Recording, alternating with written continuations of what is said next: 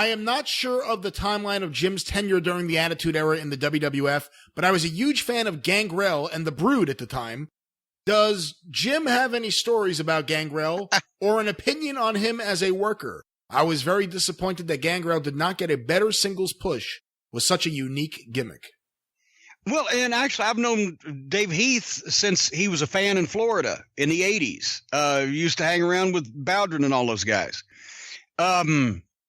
And I've always thought he was a great worker. He had a great gimmick. He had commitment. Boy, he got the fangs put in, you know. They weren't fake fangs. And he and Luna were a couple at a period of time that they were both working there, and I always enjoyed Luna. I thought she's a great girl. And I was a fan of the gimmick, and I was a fan of the Brood.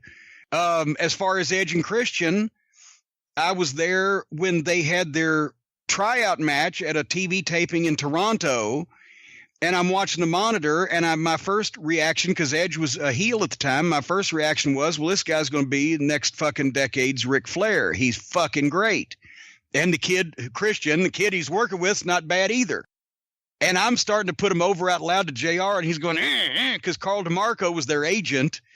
And he was sitting over there. He didn't want DeMarco to hear me raving about him because I think they just signed him for $300 a week Canadian, right? So anyway, I was a fan of all those guys, and I loved the Brood, and the Brood led to one of the first really pointed exchanges and problems and bones of contention between me and Kevin Dunn when I was doing commentary on one of the syndicated programs, and it was a Brood match.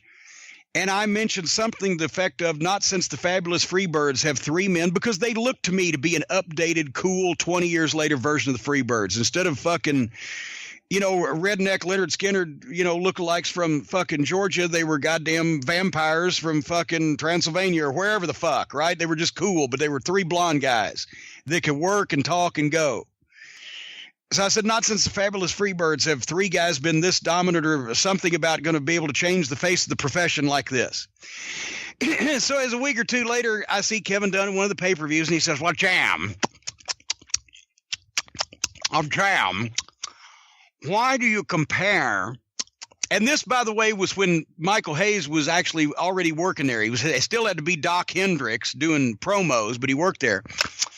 Why do you compare the Brood to the Fabulous Freebirds? It makes them look dated.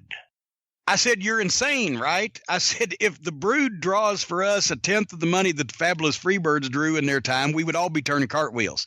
That's why I compared them to the Fabulous. Well, our audience and the WWF doesn't know who they are.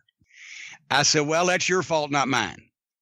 And it just went like that. So, but anyway, it was over the Brood, yes, that Kevin and I began our jousting. And he's still an idiot, by the way.